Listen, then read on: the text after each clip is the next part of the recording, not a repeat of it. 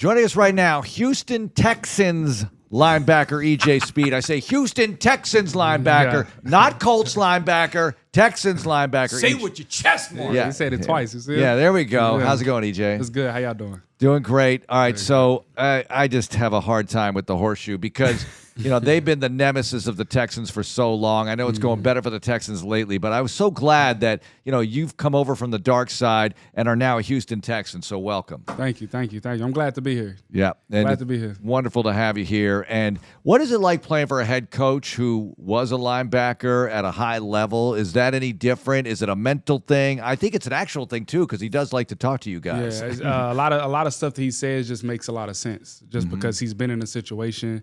You feel what I'm saying? He knows the footwork. He's played in certain situations, knowing down and distance and all that type of stuff.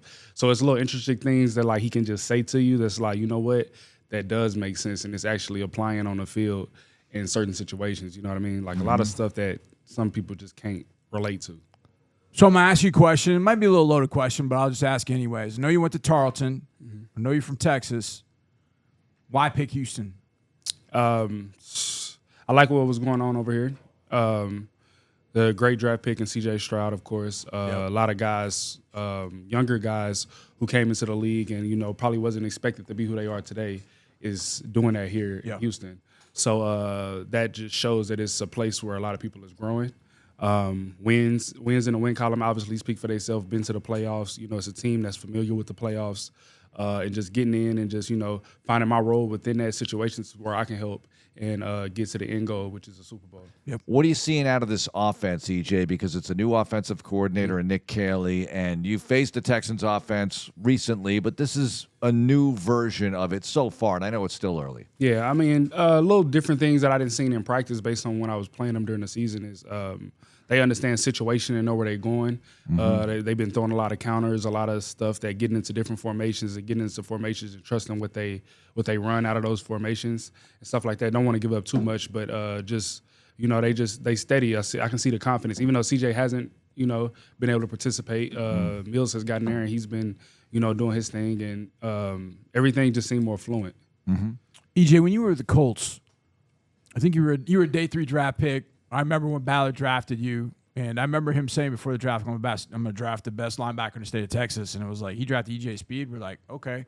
But I don't want to say you got to the league and you went and worked for everything you had because you started off, you weren't a starter, but you went killed on special teams. You got a little bit of time. You started to kill with that. You got a little bit more time. Then you become a starter and a fixture in the defense. You've kind of run the gamut. Nothing was handed to you. Yeah.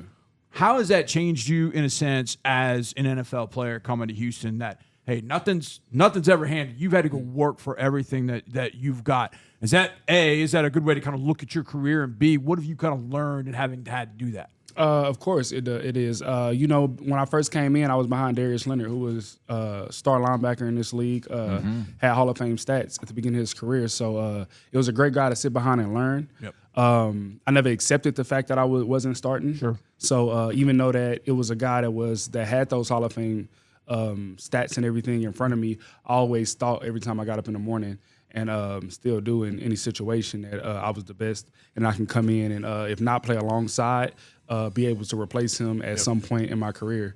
And at that point in my year four and 5, I started to notice those things that, all right, now it's my time to actually become and be a starter. Right. Special teams, anytime I step on the field, I'm going to give it my all. So special teams is effort, grit, you know what I mean, a little savvy into it and everything like that. But once you get on that 11 on defense, it's time to start using your brain. And you know what I mean? It's just it's more interesting. It's like it's more pinpoint and things that you have to do. So that's something that I went into it with. And I had help along the way. I can't say that I did it myself. I had help along the way. The Colts organization was great within that.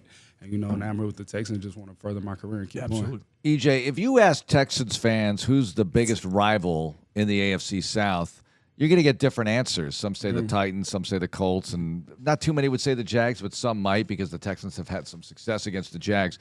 But who's the Colts' biggest rival? Like, how do they see it? Quite honestly, when we was there, it was just different. It was different tasks within the division. Yeah. Like us not winning them at home against Jacksonville at their house. Yeah. Not beating Right, Jacksonville at home, not winning our season opener or whatever like that. It was so much stuff within that, having to see the Texans, knowing that Texans will be one of the last games to get into the playoffs. It was those things that just kept popping up for us. And so we didn't really have time to Think about one team or think whatever. about what team, Yeah. one team that was a rival when was the last time anyone in our division been to the Super Bowl that was within, you know what I mean? Yeah. So it was Colts. bigger than that because everybody, Yeah. because everybody been looking at trying to get to the Super Bowl, trying to get to the big dance. So we knew that you had to come out of this division with those situational wins that you needed. Yep. Then after that, it was just so much more on the plate to get to. Right. EJ, you've seen some things, having played for the Colts, the number of games and snaps that you've had. You walk into this linebacker room. There's some guys in that linebacker room that have seen some things as well, but there are also some young dudes there. You can impart your wisdom to them. What's that linebacker room like now with Henry and Christian and Aziz in there? You're added to the mix. What's that linebacker room like? It's full of guys who got a lot of career, left in them. A lot of guys who's very confident. A lot of guys who done made plays in this league. A lot of guys who's in a point of their career to where they're trying to take the next step. What I would say, the linebacker core on a football team is kind of like the Warriors of a football team. It's so many different places that you can pinpoint linebackers in on third down, blitzing, first and second down linebackers. You got special teams that has to play a part for you to say that you're a great linebacking core. And they have done a good job up until this point or whatever like that. I know everybody is trying to further their career and do the next steps. But as my challenge to the linebacking core is to gel and just know that we have to run so much stuff upon this team for us to take the next step that, you know what I mean, that we can all just lean on each other and go get that job done. All right, prior to minicamp, big break. Do you come back to Texas? You're from Fort Worth. Do you do that? What do you do to spend the time and keep fresh workout-wise but get some rest at the same time? Same thing I've always done. Get linked with my trainers. I train up in Collective in Austin, down in Florida with T.A. Goldfeet. So I just do those things. I mean, most of the downtime is already done. At this point, it's time to get ready for the season. The season is, I always say that the break out of OTAs is a scam because it's really not a break. Okay. And if you take it as a break, and take your foot off the pedal a little bit, you kind of like come in a step behind. So would you rather have it closer? Now, this is not for the union or anything. Would you rather have it closer? Maybe like 3 weeks off instead of 6 and back longer. I would say the strives and everything that I've done in OTAs, I would love to take that directly into the season and play ball because now that you go put it down for 6 weeks, or however many weeks it is, you got to basically revamp again. Yeah. So it's like, if I'm a vamp, let's vamp and just go straight into the season. But, I think we're on to something here. See? But it's whatever they want to do. I know who cut my check.